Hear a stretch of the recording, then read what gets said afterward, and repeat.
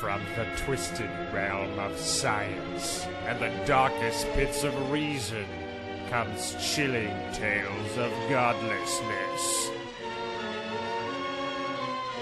Bear witness to the unfathomable terror that is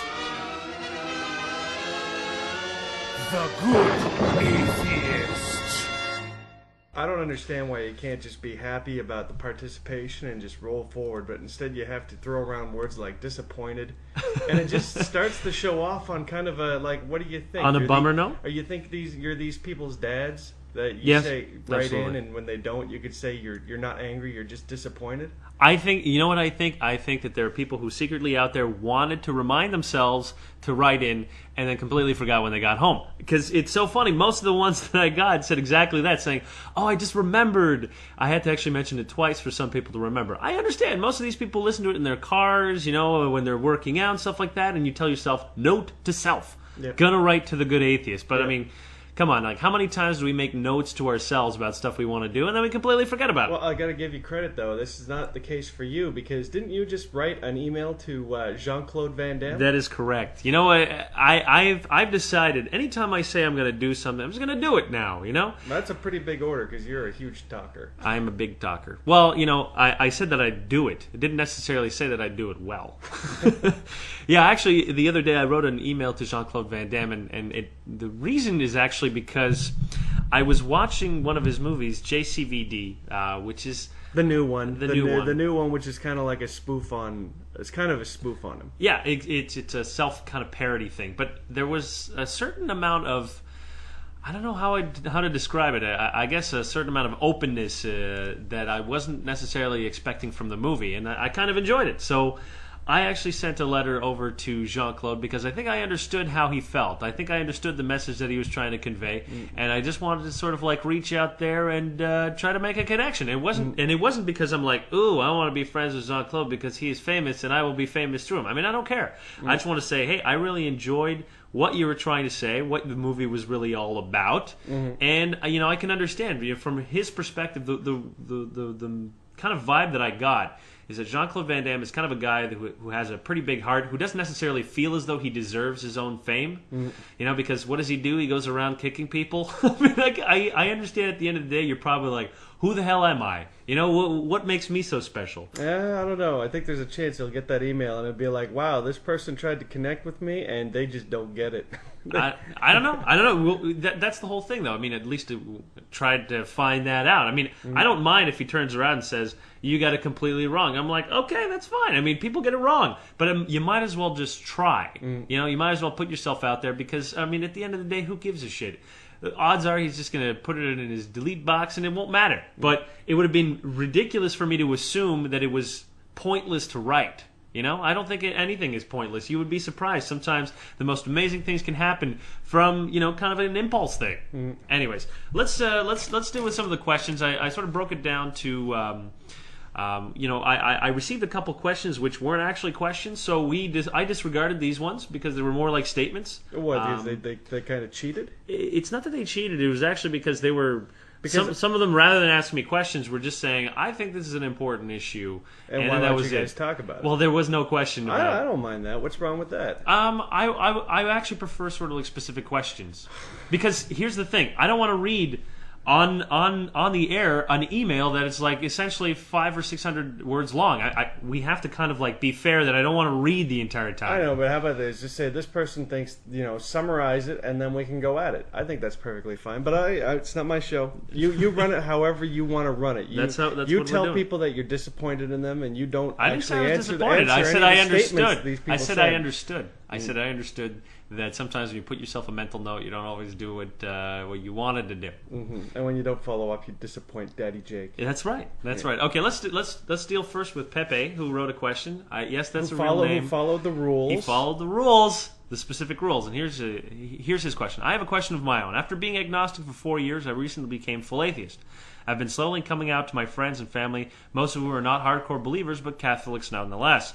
They usually go to church only for weddings and funerals. Well, most of my friends say the same thing to me, which is, you have to believe in something, at least in the supreme power that everything created, or even if he or she does not listen to us or grant us wishes. Some of them even have Some of them even have said that religion is bad because it's man-made and not the true divine will of God, that no man can really interpret what that is. Since they are not really fundamental or hardcore, I usually have little to respond with to their comments. Also, let me make this clear. I'm not looking to change their minds, since everyone is entitled to their own beliefs. But what should I say to them, to that kind of response? Okay, why don't you take this one first? What would you say to, if you were in his situation? I wouldn't say anything, because why would you try and smash these people's... I mean, I kind of find it quaint and nice that they say, oh, you got to believe in a higher power because it's just a good feeling and this and that. And I'm like, well, this is the whole problem. You come out and be gay, but don't try and F them in the A, if you know what I mean. It's the same thing with atheism, man. It's like, come out of the closet, tell people you are an atheist. But if somebody else is like, well, having sex with women is really good, you don't feel like you have to be like, well, sex with men is better. Because I don't actually think that's what they're trying to say. The holes are tighter and you get it more often. It's just not for everybody. It's just not for everybody, and I know that I kind of fluctuate based on how I'm feeling or what I've eaten or what I've been reading lately. But right now I'm on a tip where I'm like, I really don't care if there are believers out there that believe stupid things, so long as they stay out of a few important areas, And now that Obama's back in power, I'm like, who cares? Again. Who cares not Obama anymore? Again. You know what? He'll steer this ship. Obama has ripped away from you your anger. That's your problem. Yeah, I'm just chillaxing now. He believes in hope. Okay, here's what I think you should do. Now, first of all, Ryan's idea would be completely valid if they weren't trying to tell him, well, you have to believe in something. Because it would be the equivalent of saying, well, you have to have sex with women if a guy was coming out as gay. It's not even something that they mean, cruelly. They're just basically saying, well, that doesn't make any sense. Like you're lying? I don't necessarily mean lying. They're just telling him, well, that's all well and good, but you really haven't thought this out. Mm-hmm. This is what essentially they're saying. Okay. And I can understand, like, my response to them would be, well, listen, I understand that you feel as though the world is just so complex and big and the universe is just so huge that there really has to be something that's driving this, thing around. Somebody who's picking the rules and saying, like, this is how it's going to work. Yeah. And it's a natural human emotion, because our own lives, like, the fact that when I wake up every day and there's not mass chaos around, is just the fact that there are, certain mechanisms operating that I'm not fully aware of, but nevertheless there are human operators making sure that things get done, that my water flows, that my electricity flows. There are things out there that are beyond my control that make that shit work. So it's natural for me to assume, well, of course it's got to be the same for the universe.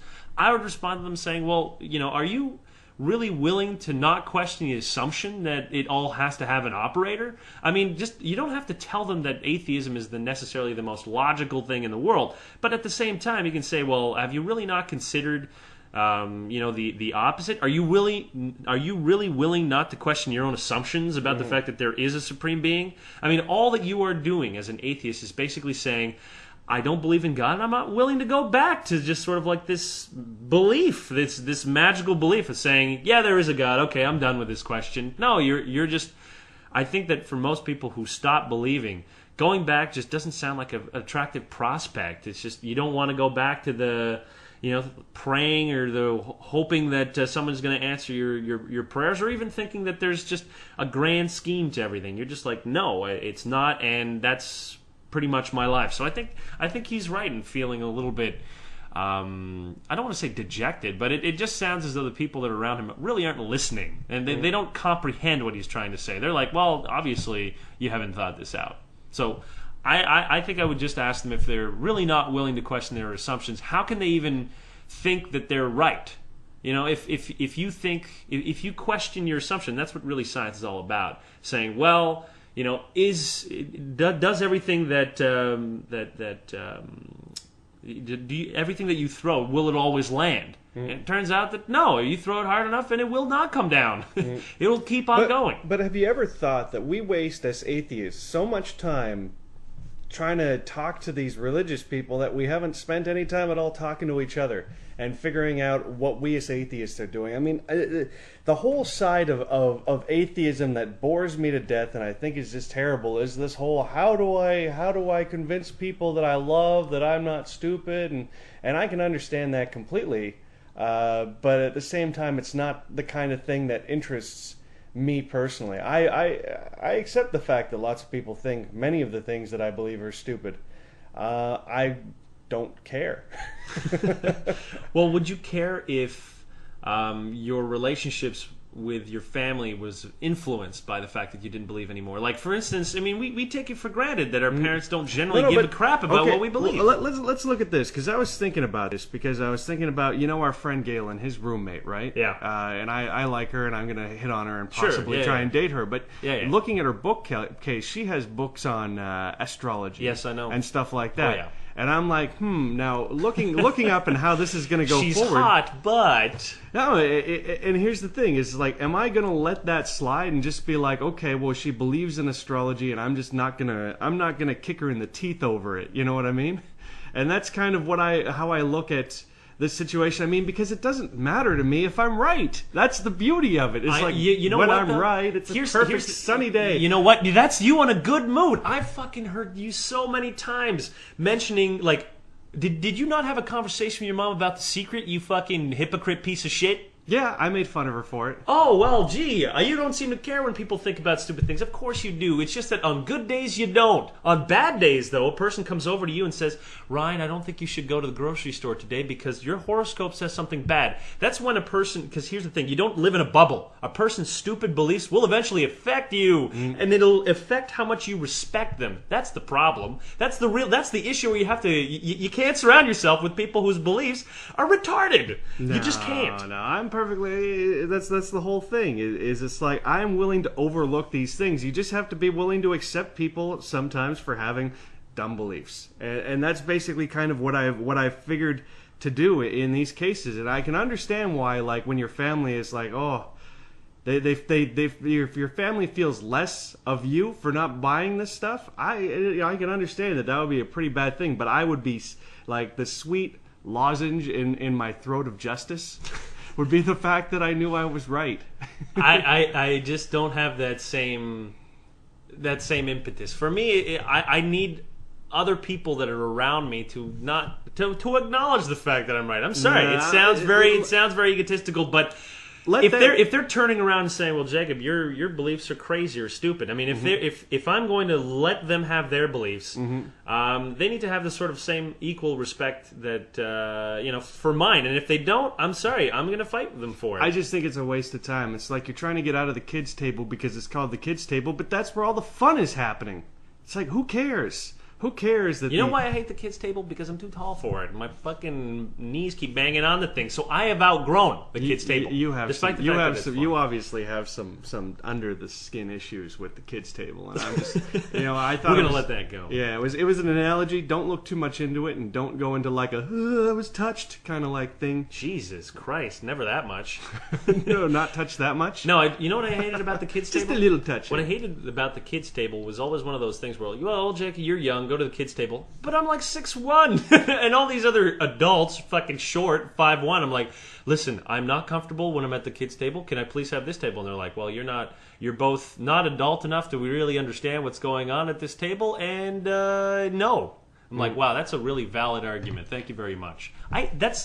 If you want to go back to that point, that's exactly what I hate when a person has a non-valid argument to just dismiss you, of saying, well, you haven't given this enough thought. There obviously is a supreme being. You're just dumb. Yeah, but I mean, don't you think there's a little bit of validity to my statement that we are spending too much time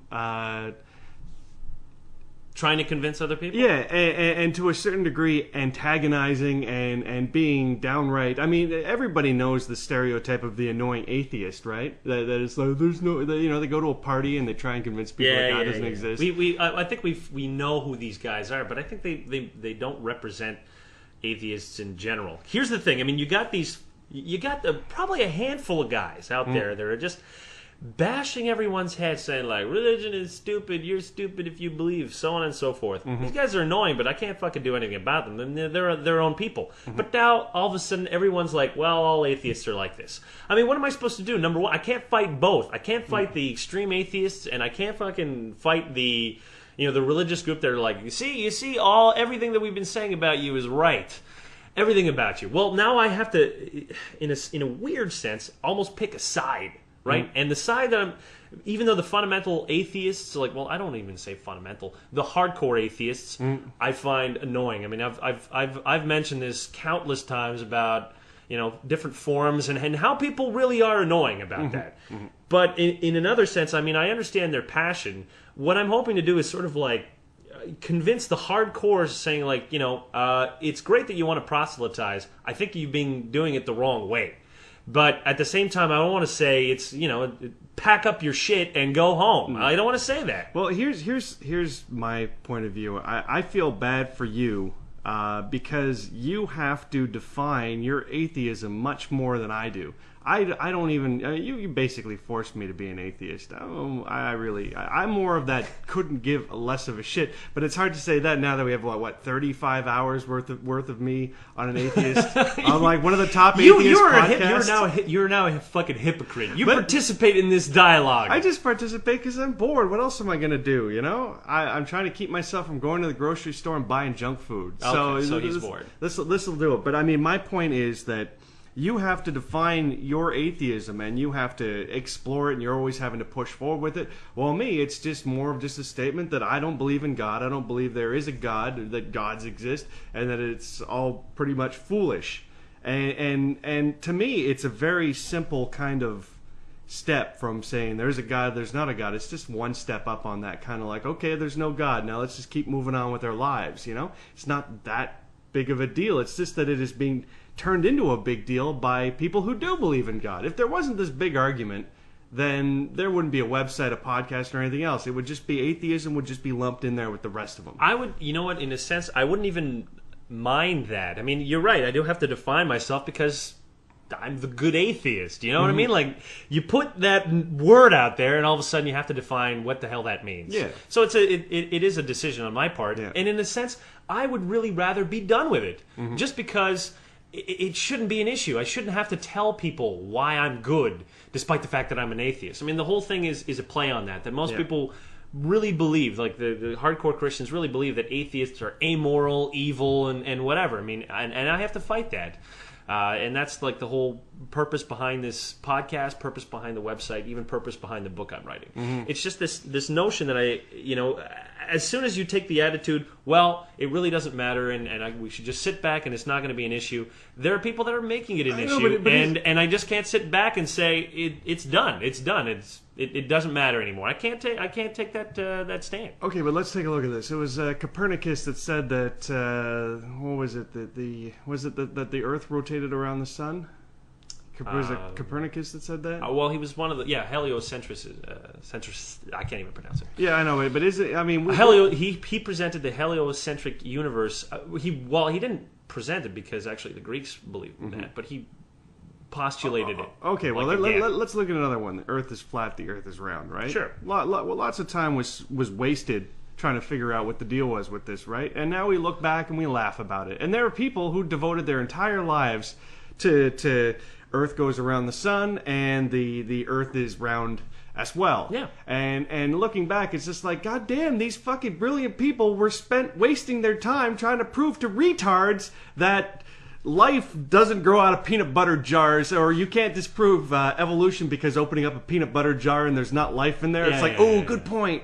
It's like this is what we're stuck having to deal with. And my point is, let's stop wasting our time talking to believers about what's going on with them and why they think we're stupid, and move more towards the ideas of, okay, God doesn't exist. Let's go past that. Let's stop dealing with the Earth is flat. Let's move on to more pressing issues. Well, it's funny because until that's resolved, it is the issue. Until it's resolved, because we could say, well, in the perfect world, we don't have to worry about that, and the geniuses out there, they don't have to go writing books trying to prove what everyone should already know by now. But at the same time, the people that are non-believers, they're the ones that are making some very scary decisions. Like, they are the majority. These same people, like, that believe that the Earth was flat, or that, a heliocentric viewpoint of the universe was blasphemy. I mean, a guy like Galileo gets, almost burned just for even postulating it. Now, you could say, well, he shouldn't have given a shit, and you should just let people believe stupid things. You can't, because it really fucks up the world when you let people have that much control over information and knowledge. And if you sort of like take a step off and be like, well, it'll work itself out. I'm like, no, it won't. Yeah, but we're not on that edge anymore. We're not on that edge because of Obama. You know what? We're in a sunshine. This is not the Obama show. This is not the Obama show. Okay, let's move on to the next question. Or did you want to deal with something else? I just wanted to wrap it up. Yeah, I was just saying that it doesn't feel like we're on that same edge anymore. You go to any of the stands. Afghanistan, Iraqistan, Iranistan, Kerblokistan. Those stands, yeah. If you got to stand... Any of the stands, then you realize what on the edge is all about. But, I mean, at this point, to me, I'm like, we're off the edge. Let's move forward and let's start talking about more... relevant stuff? Different stuff. Let's... I mean, if we're not able to discuss... If we're not able to take the atheist... concept past just being opposed to, against theists, then I think that's pretty shallow. Well, I think, and I understand that kind of. I'm sorry, Pepe, that I kind of just was like, you're asking the wrong question, man. You totally dissed him. You're a jerk. Okay, let's move on to the next one. This one's kind of interesting. I don't know if you'll have much to say about this one, but we'll see. Oh, I might not. Maybe I will. Maybe you will. Okay, my question is about a Word doc my mom sent where the supposed evidence of the existence of Jesus and the truth of the New Testament. I'm going to email her a response to it, but I don't have a lot of knowledge about Tacitus or other historians mentioning Jesus, although I remember hearing that there wasn't much about it and have a few ideas on counter-arguments. So I was wondering what you thought about the evidence. So basically he's asking us, what are your thoughts of the evidence of a historical Jesus? Because the document that he sent me, it's a fairly lengthy document, basically goes into saying, well, Tacitus, Herodotus, all these guys, Josephus, they wrote about Jesus, they talked about him, this is the historical proof, and they use also another unique line of evidence that I haven't seen before. They say, well, here are the amount of copies of Josephus's books, which I think is about 20. And meanwhile, in the Old Testament, by I don't know what year, there were 5,000 volumes. So he's like, well, since there were 5,000 volumes, it's unlikely that they were doctored. This must be the true word of God, so on and so forth. That's one of their lines of argument, which is fairly unique in the fact that, when I tell you only for a fraction of a second does that seem to make sense, and then you're like, that doesn't make any sense. It makes a pretty huge judgment leap, It's like, well, this, then this, and I'm like, But it's more about, he's asking specifically about the question of the historical evidence for Jesus, and if you really want to answer that question, here's an interesting, I don't want to say dichotomy, but it's probably the best way to describe it, because you know who C.S. Lewis is, right? Yeah. Yeah, okay. So C.S. Lewis, for those of you who don't know, he wrote... Alice in Wonderland and all that. No, he wrote the Chronicles of Narnia. Ooh, damn it. Oh, I messed it up. Yeah. All those guys with, letter names. Oh, my. C.S. Carroll. Was it a Carroll? I believe so, yeah. There you go. Anyway, C.S. Lewis, Chronicles of Narnia. Now, if you've never read Chronicles of Narnia, I mean, it is... Man, that would have been It is essentially like the Christian... the Christian mythos described in a different sense. That would have been a really embarrassing Jeopardy moment, or what was that? Who Wants to Be a Millionaire? Ooh, that would have been like a $500 fuck up. It's like, your game is over. It would have been great. You would have responded confidently to that one, and that's what's best about those kinds of embarrassing moments where a person's like, "Of course I know who he is, duh," and then all of a sudden it's like, "You were wrong." And you're like, "Ouch!" And next thing you know, you have millions of hits on YouTube. You're like, that's not me. Not the right kind. Not the right kind. It's like, that's me. Yeah, it's in the Middle East, all right. It is in the Middle East. Come on. Let's not talk about that no more. We'll never stop bringing that up. All right. Now, here's what C.S. Lewis said about Jesus, because you could take the position of saying, well, Jesus may have existed as a historical person, and if it's true, then he was a great moral teacher, right? here's the stance. Here's C.S. Lewis' stance on this. A man who is merely a man and said the sort of things Jesus said would not be a great moral teacher. He would either be a lunatic on the level with a man who says he is a poached egg, or else he would be the devil of hell. You must make that your choice. Either this man was and is the Son of God, or else a madman or something else. But let us not come with this patronizing nonsense about his being a great human teacher. He has not left that open to us. He did not intend to. So C.S. Lewis makes an interesting argument. He says either he's the Son of God. Yeah, Victorian bitch. Either he's the Son of God, who C.S. Lewis believed, or he's a batshit crazy motherfucker. Mm-hmm. And you know what? In a weird sense, he's kind of right, but for the wrong reasons. He's right in saying, well, you could look at Jesus as a moral teacher, but if you did that, you can't ignore some of the crazy stuff that he said or did, you know? Mm-hmm. If it's historically accurate. Again, this is the assumption that everything that has been written on him is accurate. Well, if that's true, then C.S. Lewis is right. Either he is the Son of God or he's a madman. And, I mean, come on. I mean, if it was those two equally possible, you know, choices. I mean, what one do you think it is? I mean, seriously. Because if you want to go back and you want to try to use the history of Jesus, say, like, even with what Josephus or Tacitus said, I mean, they mention him in about one line, and there's every reason to believe that these have been doctored or altered in some way. I mean, the only thing they talk about Jesus Christ, they talk about a figure called Christus. That's it. Never any detail about what he said, what he did. Nothing. Just the fact that there was a guy called Christus, he had some followings, and that's it. But we also know that there were plenty of other guys around that time, like Apollonius of Tyana, for instance, that has almost the exact same story of Jesus. I mean, it could have been Apollonius that we'd be, you know, praying to, but nobody believes that Apollonius is a god, despite the fact that many of his legends are almost exactly the same as Jesus. Yeah, Mexico would be overflowing with Apollonian Sanchez's. Yeah, I am Apollonius Sanchez. Yeah. But you understand what my point is. Basically saying, you know, if you want to talk about the historical evidence of Jesus, the best historians are going to tell you that at best there just really is no solid evidence. If you want to look to the Bible for the evidence, it's kind of you know, useless. That's not how history works. You don't just look at one manual and say, well, it existed because this one thing said he existed. Yeah, that's some pretty 1984 level. Yeah, kind reasoning of. Right yeah, there. it's pretty much the most circular reasoning that you can come up with. And you know, if you're talking about other historical figures that you could say, well, there's almost as much evidence to suggest that Nero was you know, sort of like a figment of historical imagination than Jesus. And the whole point is that Nero doesn't just appear in one book. Nero appears in just a number of ways, on coinage from that period, in, you know, casual writings from people about, you know, laws that he passed, so on and so forth. I mean, the amount of historical evidence comes from so many different sources that it's fairly obvious that Nero did exist. But if you're down to talking about the historical evidence of Jesus, you cite three historians of dubious you know, sort of, you know, historical standings, especially considering the fact that all of their works were reprinted by Jesuit monks. I mean, come on. There's no temptation there to even add in a couple little lines there. I mean, give me a break. And even if that was true, they did such a terrible job at it that, what, 3 sources? You have 3 sources. That is just the saddest thing I've ever heard in my life. You can also take a look at all the bullshit from the past that has come forward. I mean, it's like if people are buying this whole Atlantis thing.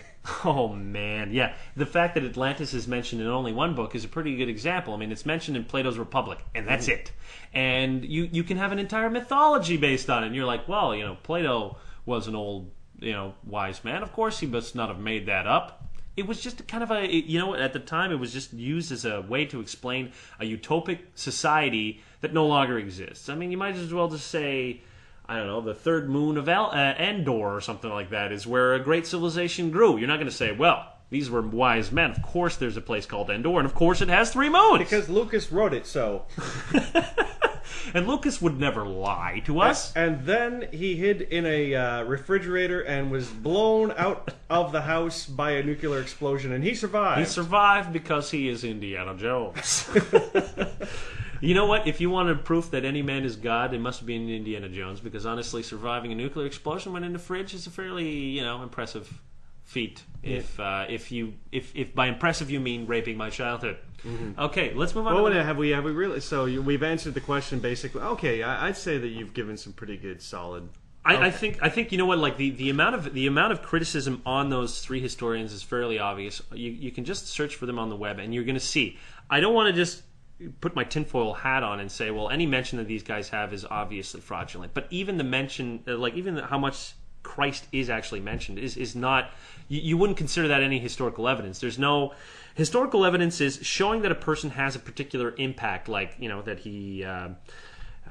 What's a good example? Like most historical figures, their historical impact is they're documented. Okay, their policies are enacted. There's a bureaucracy surrounding them. Okay, so let's look at Nero. Nero is the example of you saying, okay, Nero showed up and Nero did all this stuff and blah blah blah. Sure. Now let's look at Jesus. How long after Jesus kicked the bucket did basically anybody write about Christianity kind of sweep through the Roman Empire and bork it? Well, okay, so the New Testament, the best numbers we have is usually around 50 to 100 AD is when it's written. That's if you believe in sort of like the time of death of Jesus. There's at least 2 generations after his death that anybody writes about him. Now, the first writings actually come from St. Paul. And St. Paul basically just wrote about a guy called Jesus, but he mentions only his his return, his death, and his resurrection, kind of a thing, as like a kind of a Macbeth character, actually. You come back, whole empire is kind of fucked up, you try to take control, and then you get killed. Then after that, everything else from the New Testament is based on the writings of St. Paul. So, Matthew, Luke, John, and Mark basically write about Jesus, and only 2 of these guys actually talk about his... him growing up and so on and so forth. And these 2 guys, and one of these guys doesn't even mention the virgin birth. So if you want to deal with sort of like the problems, it become immediately obvious in the Bible that there really is no consensus about what the hell happened, and this is within the Bible itself. No consensus. To tell you the truth, growing up, I always kind of wondered why they told the same story like 5 times.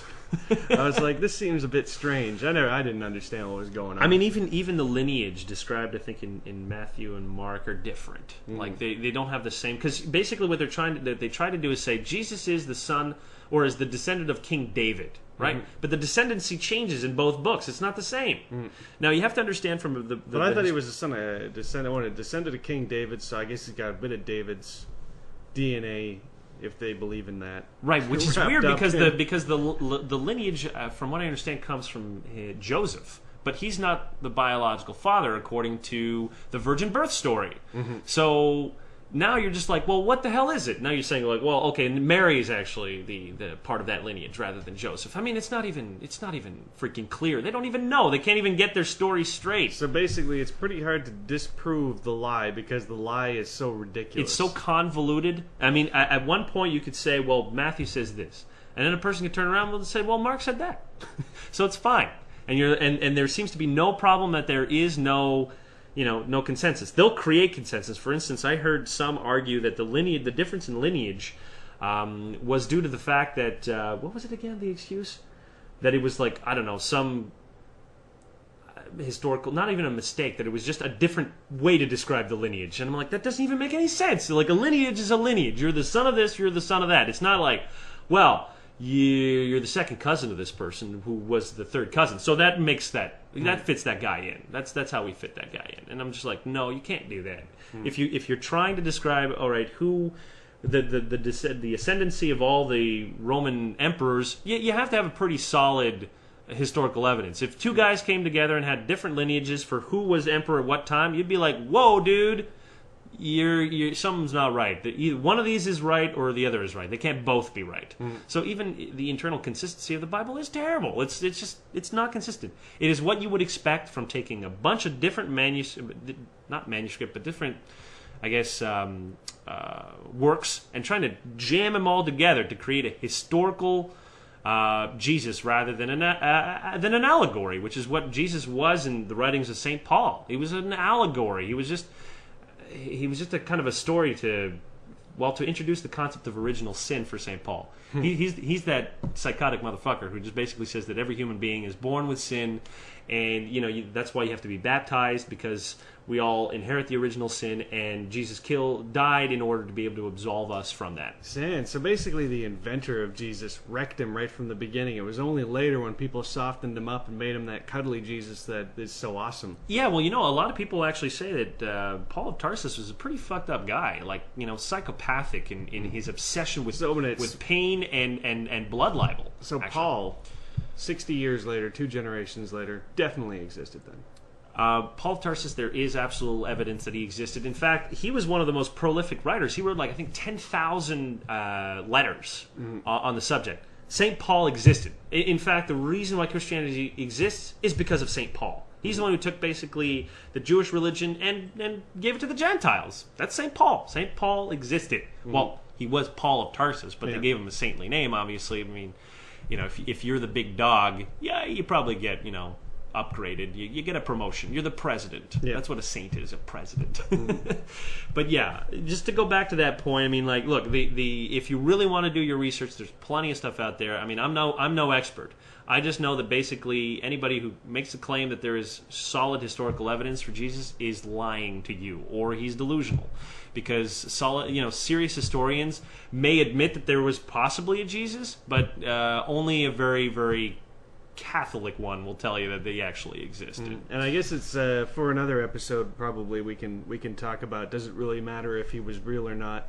I guess actually to religious people it does, but just as far as it didn't matter to everybody. It didn't matter to the Gnostics. The Gnostics were sort of like a branch of Christianity that was essentially snuffed out. They were the ones who loved the allegory. They're like, look, it's just a lesson. It's a moral homily about how we live our lives. It's like showing the sacrifice of a man god in order to, for his love for his fellow man. I mean, that's kind of the message. The historical Jesus actually is a bit more misogynistic and I think more cruel than the Gnostics. But, as a political tool, it's a lot more effective. As soon as you're like, well, he historically existed, he said these words, you have to listen to exactly what I say because I'm the man who commands these words. I can understand that kind of appeal and power and why that would spread rather than Gnosticism. You know what I mean? Gnosticism are kind of those fruity hippie guys who don't really give a shit what everybody else believes. Yeah, they had to go. Yeah.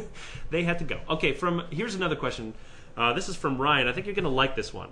Actually. But just because of the guy's name? No, but also because of his name. He's already +1 in my book. He's +1. With respect to the South Park episode, where there's basically he talks about the South Park episode where there's those atheists of the future that battle one another. The Atheist Alliance in the name of science. In the name of science and stuff like that. So he says, with respect to that South Park episode, I think that these elements of moral objectivism play out because he basically says religion and science battle it out to assert whose truth is better, with science attempting to invoke persuasiveness of objectivism to assert their views. However, since these theories are all just speculation and not concrete proof, aren't we just emoting them?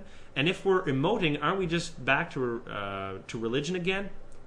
So if the South Park hypothetical future, is the South Park hypothetical future possible? Is it possible that basically in our quest to make atheism the truth, that we battle each other over what that truth is? Sort of like, well, I don't believe in God, but that my group has the better non-belief in God. He's basically asking, is the South Park episode, does that make sense? What do you think? Are you thinking about it? I'll let you go first. All right. Here's what I think. I think that the episode was funny. I enjoyed it. Do I think that atheist groups could fight each other? Yeah, absolutely. They're human beings. They could fight each other for a variety of reasons. If atheism was associated with any political control, like saying, well, you need to not believe in God, but you also have to believe in the following assertions, then yeah, anytime you take atheism out of the context of not believing in God and trying to associate a moral code or anything else with it, you run the danger of it being an institution. And any institution can become corrupt. Anytime you love something too much, anytime you're not willing to question your own assumptions, yes, you are capable of doing all manner of terrible deeds. Okay, I understand what you're talking. Because I mean, I don't remember. I didn't remember the episode very well. I forgot that there's that part where it's basically atheists battling atheists because of different interpretations of atheism. Right. I don't know if it would go that far into it actually being a battle over what people perceive atheism to be, because it's pretty straightforward. I know there's arguments between atheists and agnostics. You know, atheists being like, "Get off the fence! You're an atheist." And agnostics being like, "Shut up! No, I'm not." No, the agnostics are like, "You're a religion nut hugger."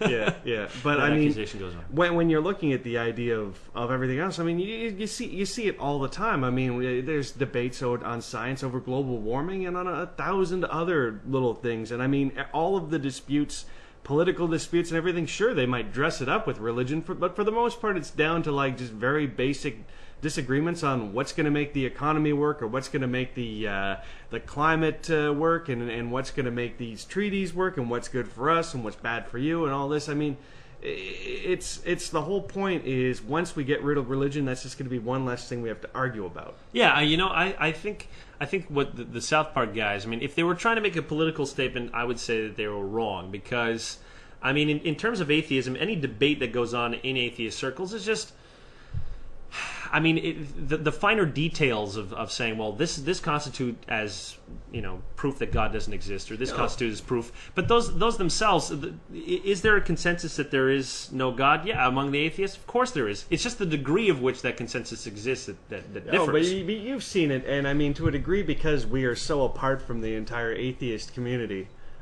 We don't get it too much, but I keep up with the atheist blogs just to look for stuff to tell you about and whatever else like that. And there's all these times where guys are like, I don't agree with what this atheist believes, and I don't think he actually represents what a real atheist is all about. And there's tons of stuff like that, tons of stuff where people disagree quite firmly on very basic tenets of atheism. And I wish I could think up a couple of prime examples off the top of my head, but I'll have to get back to you on it. But yeah, there's tons of infighting. Tons and tons and tons. I mean, there's even, look at me. I'm saying, let these people believe what they want to believe, and you're like, we got to fight them. And that is a very core argument between atheists, as whether or not we're going to wallow in the stupidity of religion like you would suggest, and whether or not we boldly move forward. Well, there is no moving. You can't jump over those guys. You know what I mean? You're trying to leap out of that. You can't. Don't roll in the vomit.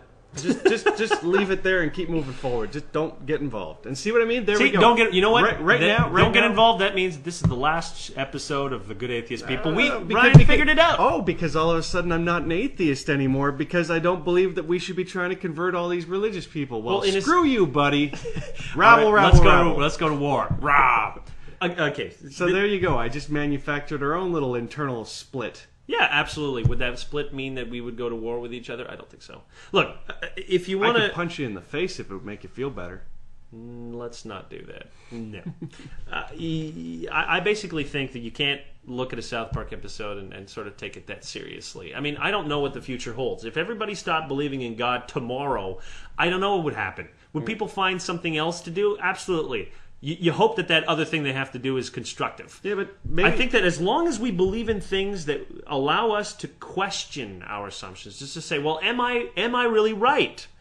I think then we're okay.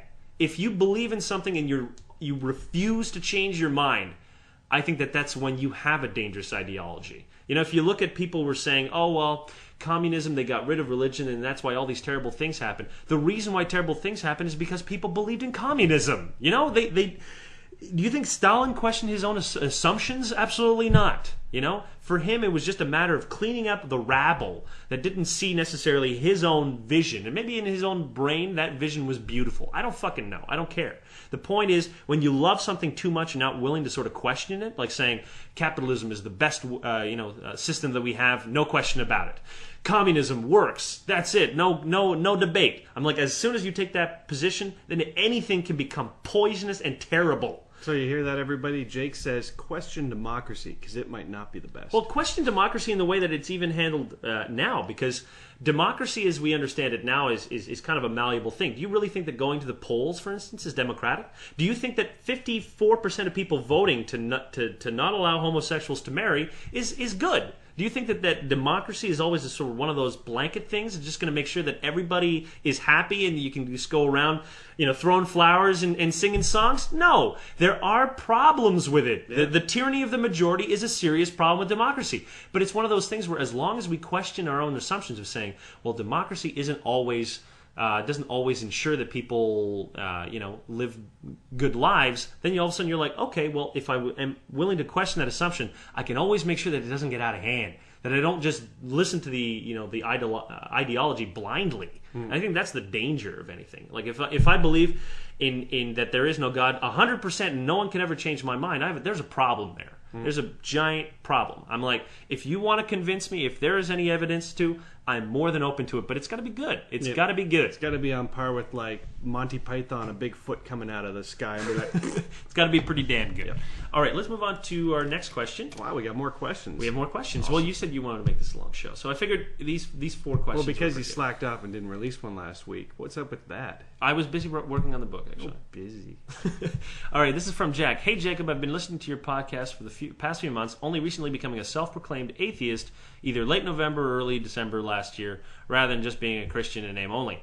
I read parts of The Case Against God by George Smith. Quite a good book, a bit philosophical for the layman, but it does provide many good arguments. I have a good question for you, or rather something to bring to your attention that might be worth a few moments. The American Atheists are having a convention in Atlanta in April or May.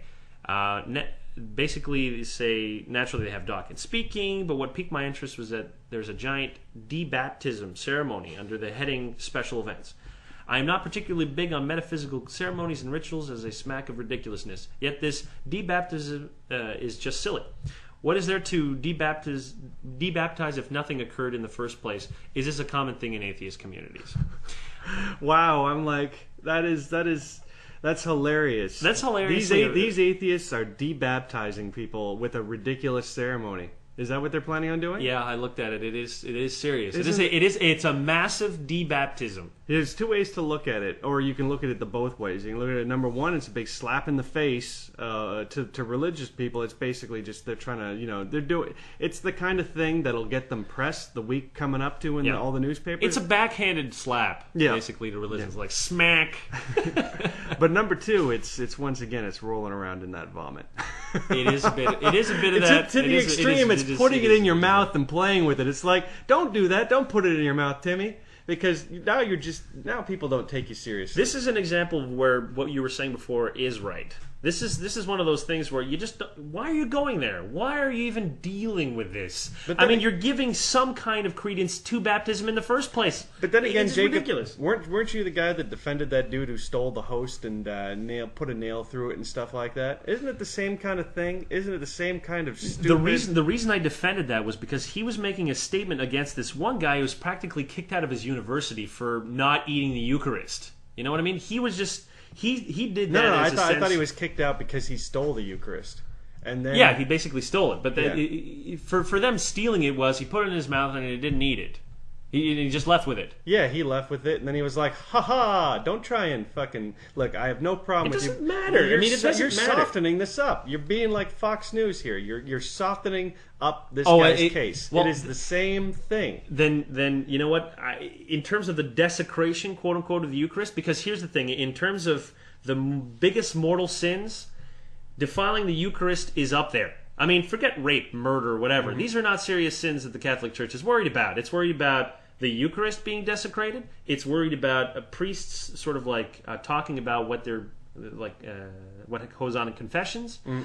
And that's pretty much it. Child molestation, all these other kind of things. These do not concern them. The biggest threats to them are the defiling of a piece of bread in their church ceremonies.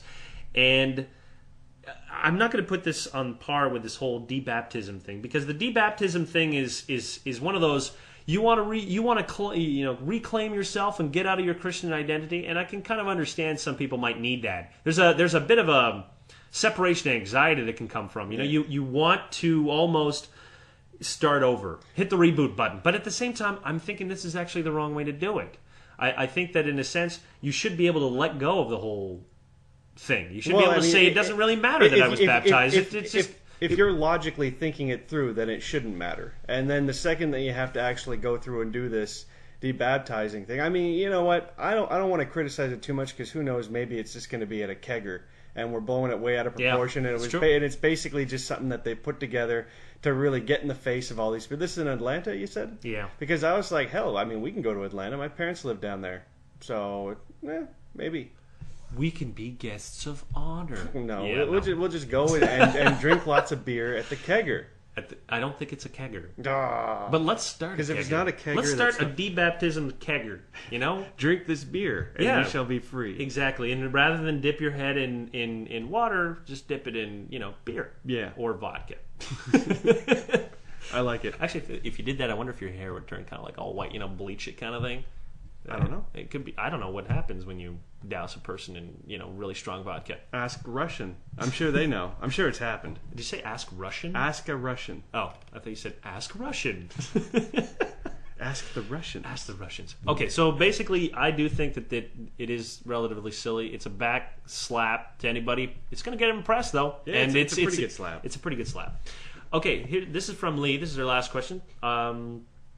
Although the campaign may work well for closet, he's talking about the whole out campaign, and he says, is it a good idea? Well, like be a homo, be out, get out. Basically, that's the whole thing about mobilizing gay people into dealing with all these political whatevers. Is that? Well, there's also a movement in atheism called the out campaign. Oh, so you're like you great. remember that Scarlet A shirts? That really crappy looking shirt with a giant A on it. Yeah. Okay. Well, that was part of that campaign, saying like, "Look at me, I'm an atheist." And they decided to use "out" as the name for this campaign. I believe so. Ooh, yeah. Marketing fail. And basically, Lee's asking that whether or not it's a good idea. He says, "I was wondering what your thoughts were about this, and whether you think that more good than harm can be achieved through this intentional meme jacking." Because he's basically saying, here you are taking the sort of like homosexual out campaign and saying like, hey, we want to be part of this too, and we're coming out of the closet as well. Yeah. And he's also asking, well, if you come out of the closet to someone,